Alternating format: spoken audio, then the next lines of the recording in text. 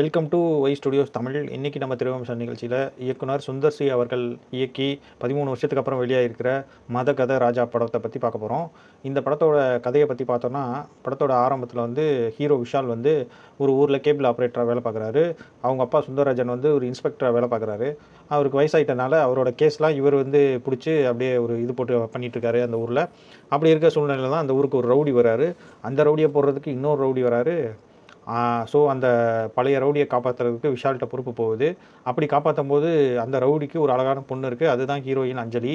இப்படி இருக்கிற நேரத்தில் விஷாலோட பழைய ஒரு வாத்தியாரான ஒரு பிடி மாஸ்டர் இருக்கார். அவரோட பொண்ணு கல்யாணம் வருது. அதுக்காக விஷால் மற்றும் அவர்கள் நண்பர்களுக்கு ஒரு இன்விடேஷன் போகுது.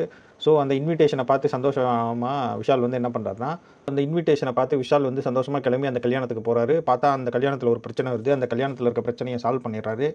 அதுக்கப்புறம் அவங்க ஃப்ரெண்ட்ஸுக்கெலாம் ஒவ்வொரு பிரச்சனைகள் இருக்குது. அதில் மொதல் பிரச்சனையாக சந்தானத்துக்கு ஒரு பிரச்சனை இருக்குது. அதை சால்வ் பண்ணிவிட்டு அந்த கல்யாணத்தை விட்டு கிளம்பி போகலான்னு பார்க்குறப்ப அவங்களோட இன்னொரு 2 ஃப்ரெண்ட்ஸ் நிதின் சத்யா மற்றும் சடகோபன் ரமேஷ், அவங்களுக்கு வந்து ஒரு 2 பிரச்சனை இருக்குது.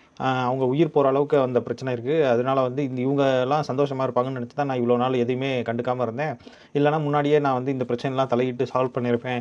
சரி நான் சால்வ் பண்ணுறேன் அப்படின்னு சொல்லிட்டு அங்கேருந்து கிளம்பி சென்னைக்கு போகிறாரு.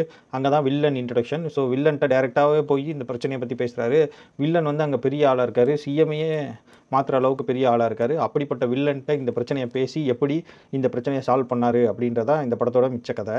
இது வந்து ஒரு நார்மலான கதை தான். இதை வந்து சுந்தர் சி வந்து அவரோட பாணியில் நிறைய காமெடிலாம் இன்க்ளூட் பண்ணியிருக்காரு. வந்து இப்போ இந்த படம் வந்து 13 வருஷம் கழிச்சு ரிலீஸ் ஆனால் கூட மக்கள்லாம் ரசிக்கிறாங்க அப்படின்னா அதுக்கு காரணம் வந்து இந்த படத்தில் இருக்க காமெடியும் சந்தானத்தோட அந்த டைமிங் சென்ஸும் தான்.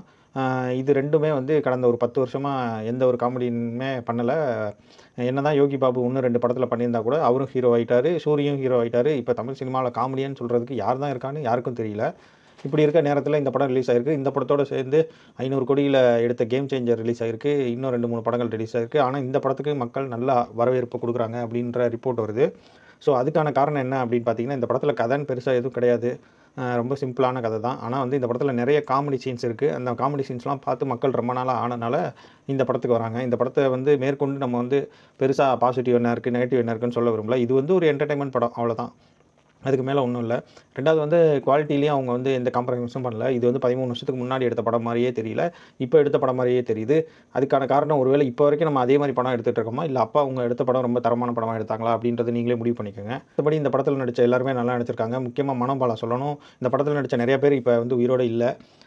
மனோபாலா வந்து ஒரு காமெடி பண்ணியிருக்காரு இன்டர்வலுக்கு அப்புறம். அது வந்து ரொம்பவே ரசிக்கும்படியாக இருந்திருக்கு.